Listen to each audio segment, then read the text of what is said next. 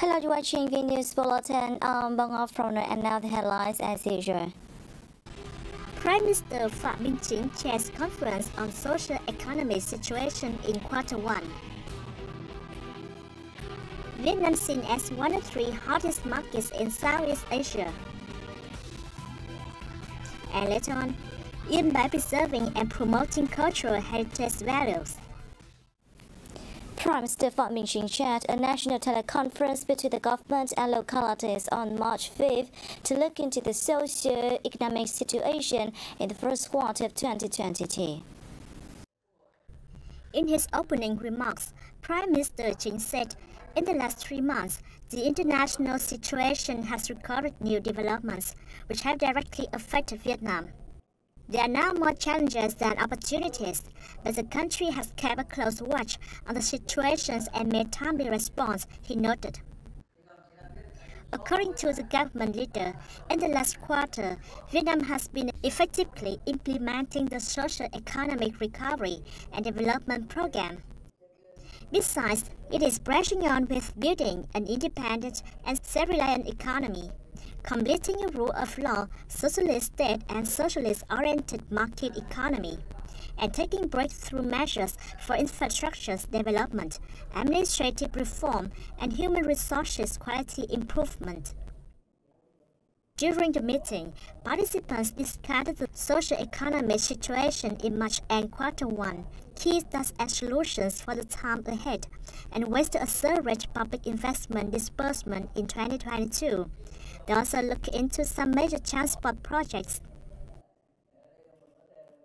Panamanian Foreign Minister Erika Moniz is on a visit to Vietnam, we joined the minister to see how her trip is processing. Prime Minister Phạm Minh Chính met Panamanian Foreign Minister Erika Moniz in Hanoi on April 5th, hailing the minister's visits as contributing importantly to the maintenance and promotion of the friendship and overall cooperation between the two countries. He suggested ministries and sectors of both sides continue to work closely together to further boost bilateral economic, trade and investment partnership. He said he hopes Panama will become a bridge for Vietnamese products to reach the Latin American market, and pledged that Vietnam will serve as a gateway for Panama to enter Southeast Asia. Panamanian foreign visitor Erika Moniz pledged Panama will work closely with the Vietnamese side to implement the ideas suggested by Prime Minister Phạm Minh Chính, including promoting trade and investment ties and collaboration in climate change response and green and sustainable growth, thus further bolstering the friendships and motivated partnership between the two countries. Minister Bùi Thanh Sơn held talks with Panama Minister Erika Moniz April 5th in Hanoi. The ministers agreed that the Vietnam-Panama cooperation has been further consolidated and developed over the past time. They held that the two countries had great potentials for cooperation in trade and investment. Trade between Vietnam and Panama maintained an upward trend, increasing from over $250 million in 2014 to over $467 million last year. Minister Bùi Thanh Sơn suggested the two sides work together effectively so that Panama becomes a gateway for Vietnamese goods to Latin America and Vietnam's a bridge for Panamanian goods to enter Southeast Asia. Vietnam has been picked by analysts from leading Wall Street banks as one of the three hottest markets in Southeast Asian region, according to the U.S. TV channel CNBC. CNBC asked analysts of Goldman Sachs and JP Morgan Asset Management whose Southeast Asia markets were the top picks, and received Indonesia, Singapore, and Vietnam as the answer. Ismail Law, a portfolio manager at JP Morgan Asset Management, described Vietnam as a star performer in the past few years in economic resiliency and growth. Earlier in the one-page preview of his forthcoming book, the time-traveling economist Charlie Robinson explains why Vietnam takes every box required to escape poverty. reach middle-income status, and converge towards development market wealth levels. According to The Economist, Vietnam's investment in education, the country's leadership, and its success in reaping the benefits of demographic dividend are the reason why the country is so favored by global investors. Numerous border gates in Vietnam have strengthened digitalization in goods clearance, supervision, and management in recent times, thus enhancing transparency while saving time and cost for businesses and individuals. Journalists developed successful models in Quảng Ninh and Lạng Sơn provinces. The Department of Customs in the northern province of Quảng Ninh has intensified the IT application at local border gates. Declaration, receipts, and information processing, as well as customs clearance decisions, are made with a high degree of automation, helping businesses reduce travel times.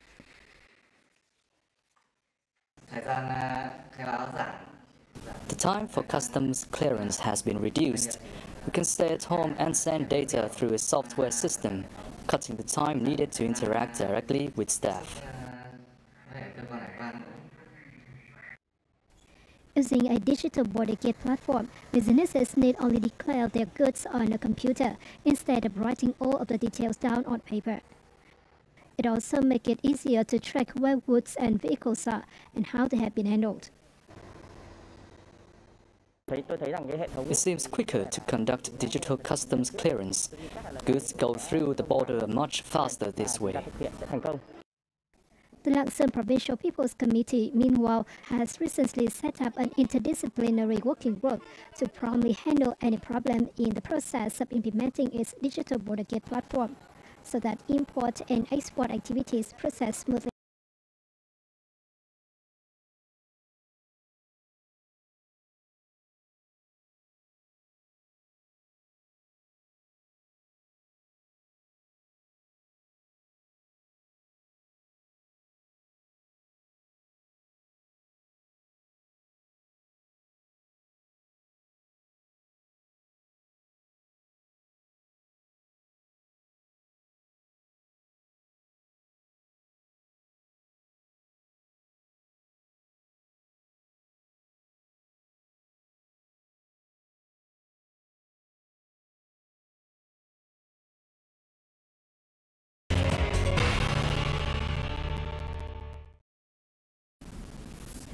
The Huệ Nam Temple, also known as Hon Chen Temple Festival, also jointly held on April 4th by the Thừa Thiên Huế Provincial Department of Culture, Sports and Tourism, the Huế Festival Center, and the Huệ Nam Temple Conservation Board.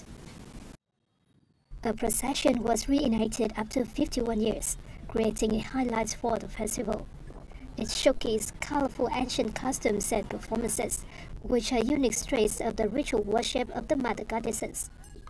According to organizers, a boat procession will take place on Hua River from Nghinh Lư Pavilion to Huệ Nam Palace, featuring dozens of dragon boats.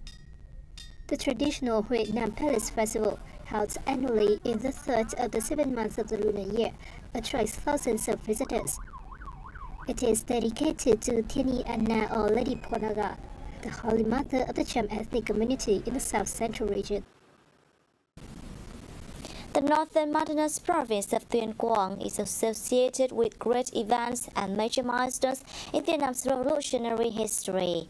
This was when President Ho Chi Minh returned on April 2, 1947, to lead the nation in its resistance war against French colonialists.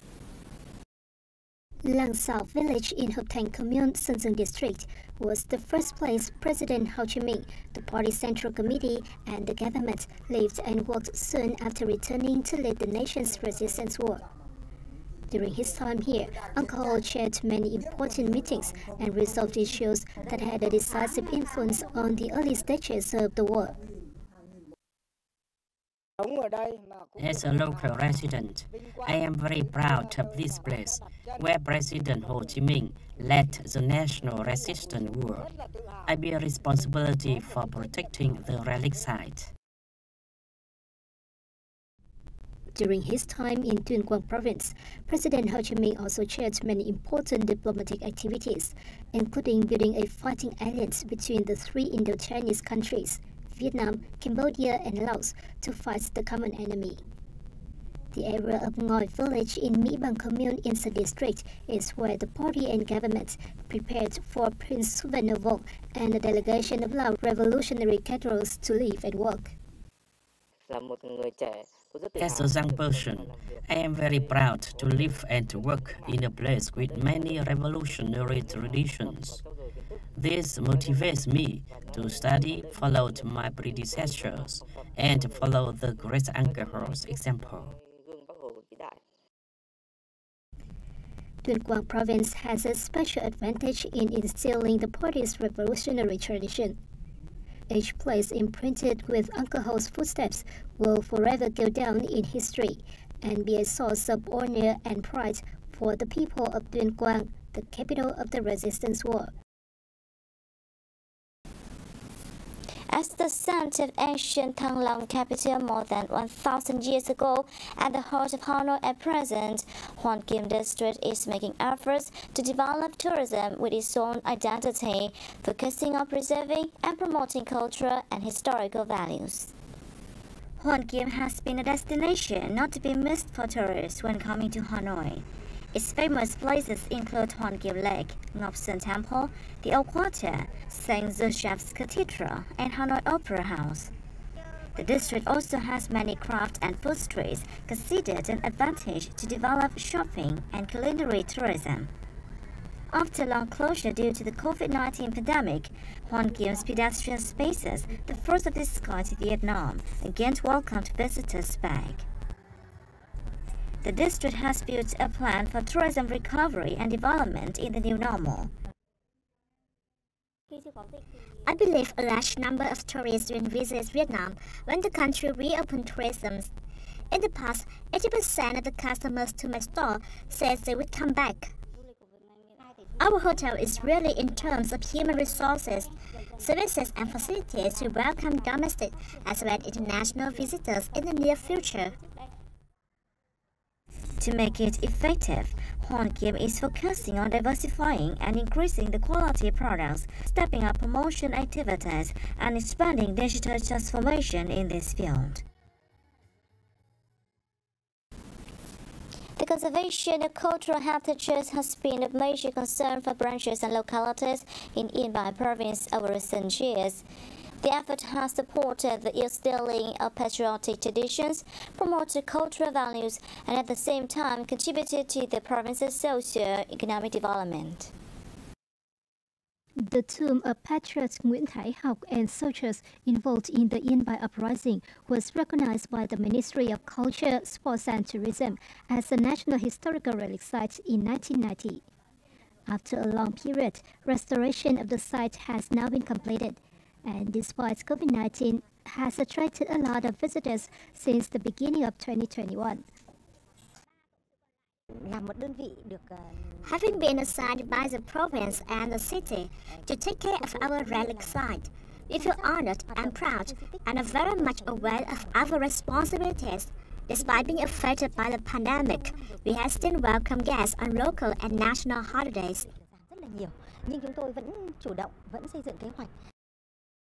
The Yên Bái Provincial Museum preserves 26,000 documents and artifacts on the province's history and culture, and has attracted over 105,000 visitors since the beginning of the year.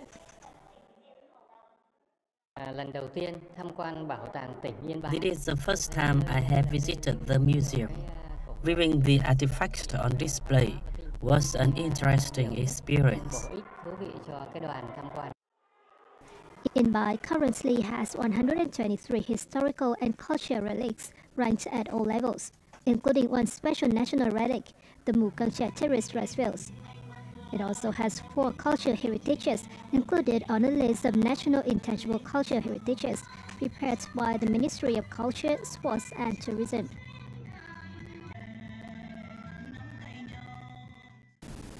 And that's the wrap up our news bulletin. Thanks for watching, and see you next time.